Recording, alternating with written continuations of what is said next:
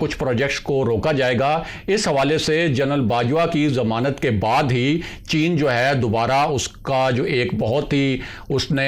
عبدالرزاق داؤد کی سٹیٹمنٹ کے اوپر ناراضی کا اظہار کیا تھا، تو تب جا کر اس کی یہ ناراضی جو ہے وہ کسی حد تک کم ہوئی۔ اس کے بعد وزیر اعظم عمران خان کے حوالے سے بھی ایک اہم واقعہ آپ کو بتائیں کہ جب وزیر اعظم عمران خان اقوام متحدہ کی جنرل اسمبلی سے خطاب کرنے گئے اور انہوں نے وہاں جنرل اسمبلی میں کشمیر کے معاملے پر ایک تاریخی خطاب بھی کیا، مجھ سمیت دیگر جو پاکستانی صحافی ہیں وہ اس وقت اقوام متحدہ کی جنرل اسمبلی میں موجود بھی تھے، لیکن اس کے بعد وزیر اعظم عمران خان نے ایک ایسا انیشیٹو لینے کی کوشش کی جو کہ پاکستان کا جو اس وقت ایک اکنامک انوائرمنٹ ہے، یعنی جو پاکستان کی جو معاشی صورتحال ہے، اس صورتحال کو دیکھتے ہوئے اس قسم کا انیشیٹو نہیں لیا جا سکتا تھا۔ یعنی وہ ایک پازیٹیو انیشیٹو تھا، ایک مثبت اقدام تھا، لیکن پاکستان کی جو معاشی مجبوریاں ہیں ان کو دیکھتے ہوئے وہ انیشیٹو اب لگتا ہے کہ نہیں لینا چاہیے تھا۔ اور وہ انیشیٹو یہ تھا کہ وزیر اعظم عمران خان نے وہاں ترک صدر اور ملیشیا کے وزیر اعظم کے ساتھ مل کر ایک اسلامو فوبیا پر کانفرنس کروا دی،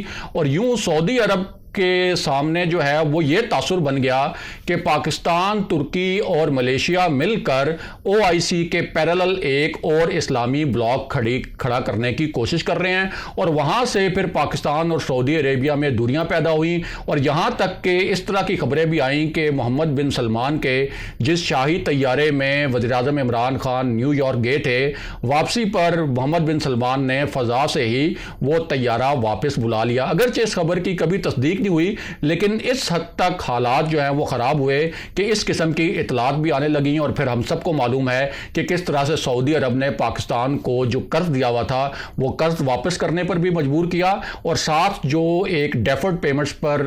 پاکستان کو آئل فیسلٹی ملی ہوئی تھی وہ ادھار پر تیل بھی بند ہو گیا۔ اب سعودی ولی عہد محمد بن سلمان کے ساتھ وزیر اعظم عمران خان کی ٹیلی فونک بات چیت تو ہوئی ہے، لیکن جاننے والے جانتے ہیں کہ محمد بن سلمان کو پتہ ہے اور وہ اس بات پر کنونسڈ ہیں کہ وزیر اعظم عمران خان کا جو نظریاتی جھکاؤ ہے وہ ترک صدر کی جانب ہے، ترکی کی جانب ہے، اور سعودی عرب کسی صورت بھی نہیں چاہتا کہ ترکی جو ہے وہ ایک عالمی یعنی عالم اسلام میں ایک لیڈر کے طور پر ابھرے اور سعودی عرب کی جگہ لے۔ اس وجہ سے سعودی عرب اور پاکستان کے جو تعلقات ہیں وہ بھی تناؤ کا شکار ہیں، اور جاننے والے جانتے ہیں کہ سعودی عرب اور چین یہ دونوں ملک ایسے ہیں کہ جن کا پاکستان میں حکومتیں بنانے اور پاکستان کی جو سیاست ہے اس میں بہت اثر و رسوخ ہے، خاص طور پر سعودی عرب کا۔ اور اس کی وجہ یہ ہے کہ سعودی عرب سے جو زر مبادلہ آتا ہے پاکستان میں وہ کوئی 13 ارب ڈالر ہیں جو سعودی عرب، UAE اور جو سعودی عرب کے زیر اثر دیگر ممالک ہیں وہاں سے آتا ہے۔ اس لیے سعودی عرب کی ناراضی جو ہے وہ پاکستان کی کوئی سول حکومت ہو، کوئی فوجی حکومت ہو، پاکستان کی اسٹیبلشمنٹ ہو، وہ کوئی بھی افورڈ نہیں کر سکتا۔ اب اس پوری صورتحال میں ایک اور کیا ایسی ڈیولپمنٹ ہوئی جس کے متعلق یہ کہا جا سکتا ہے کہ وہ بھی پاکستان کے لیے ایک دھچکا ثابت ہوا، اور وہ ڈیولپمنٹ یہ تھی کہ مبینہ طور پر چینی وزیر خارجہ نے ایرانی وزیر خارجہ سے ملاقات میں یہ کہا کہ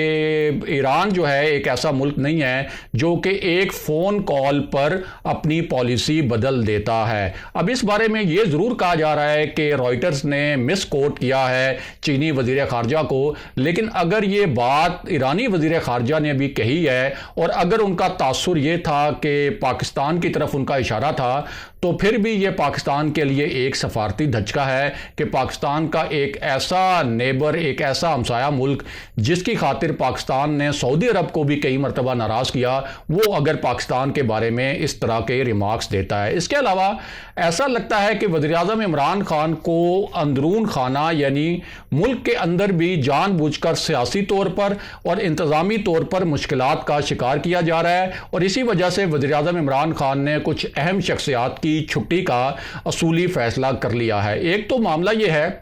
کہ پنجاب میں وزیراعظم عمران خان کو 6 آئی جیز بدلنے پڑے، 4-5 مرتبہ چیف سیکرٹریز تبدیل ہوئے، لیکن اس کے باوجود پنجاب میں جس قسم کی وہ گورننس چاہتے تھے اس قسم کی گورننس نہیں آ سکی۔ اس کے ساتھ ساتھ وہ لاہور میں سی پی اوز بھی چینج کرتے رہے، بہت سے ایسے انہوں نے پولیس افسران جو ہیں ان کا تقرر کیا جن کی سفارش عثمان بزدار کرتے رہے اور جو دیگر حلقے ہیں وہ کرتے رہے کہ یہ جو آفیسرز ہیں یہ ڈیلیور کر سکتے ہیں، لیکن وہ جو سارے آفیسر تھے وہ بھی ڈیلیور نہیں کر سکے۔ اسی طرح جو معیشت کا میدان ہے اس میں وزیراعظم عمران خان نے تو اپنی طرف سے ایفرٹ کی، لیکن معیشت بھی اس طریقے سے نہیں چل سکی، اور اب یہ تاثر ہے کہ ایک پورا نظام ہے، پوری ریاستی مشینری ہے جو کہ وزیراعظم عمران خان کا جو ایک کوشش ہے یا کچھ لوگ کہتے ہیں کہ ان کا ویژن ہے کہ معیشت کو آگے بڑھایا جائے، اس ویژن کو پیچھے دھکیل رہے ہیں۔ اور وزیراعظم عمران خان اس پورے معاملے میں لفظ استعمال کرتے ہیں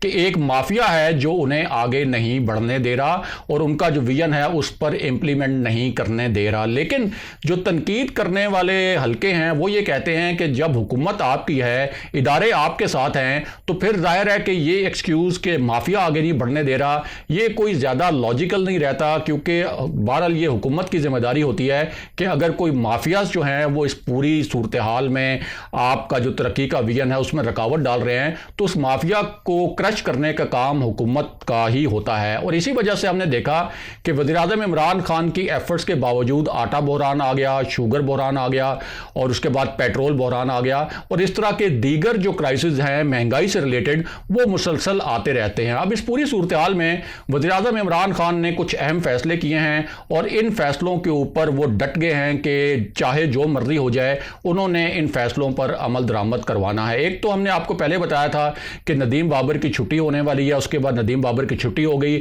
اب عبدالحفیظ شیخ کی بھی چھٹی کر دی گئی ہے، کیونکہ اس حوالے سے بھی وزیراعظم عمران خان کو ایک تو ظاہر ہے کہ وہ سینیٹر منتخب نہیں ہو سکے اور ان کی کارکردگی سے بھی وزیراعظم عمران خان خوش نہیں تھے، اور حماد اظہر کو ان کی جگہ جو ہے وہ چار دیا گیا ہے۔ اور اسی طرح وزیراعظم عمران خان نے جو سرکاری افسران ہیں، ایسے سرکاری افسران جن کے متعلق وہ سمجھتے ہیں کہ وہ ڈیلیور نہیں کر پا رہے، ان کے خلاف بھی ایک اس قسم کا کریک ڈاؤن کرنے کا فیصلہ کیا ہے کہ ان کو فوراً جو ہے ان کے تبادلے کیے جائیں گے، اور عام جو الفاظ استعمال کیے جاتے ہیں کہ ان کو کھڈے لائن لگایا جائے گا، ان کو کھڈے لائن لگایا جائے گا۔ لیکن اس کے باوجود جو حکومتی حلقے ہیں وہ خود یہ کہہ رہے ہیں کہ ایک ایسا تاثر بنا ہوا ہے حکومتی حلقوں میں کہ جیسے پوری کی پوری ریاستی مشینری یا جو ڈھانچہ ہے وہ وزیراعظم عمران خان کو پیچھے کی جانب دھکیل رہا ہے، اور اس طرح بہت مشکل لگتا ہے کہ وزیراعظم عمران خان اپنا یہ ٹینیور پورا کر سکیں، اور اگر وہ اپنا یہ ٹینیور پورا کر بھی گئے تو اگلی مرتبہ ان کا حکومت میں آنا انتہائی مشکل بلکہ تقریباً ناممکن لگتا ہے، کیونکہ ایک ایسے وقت میں جب چین بھی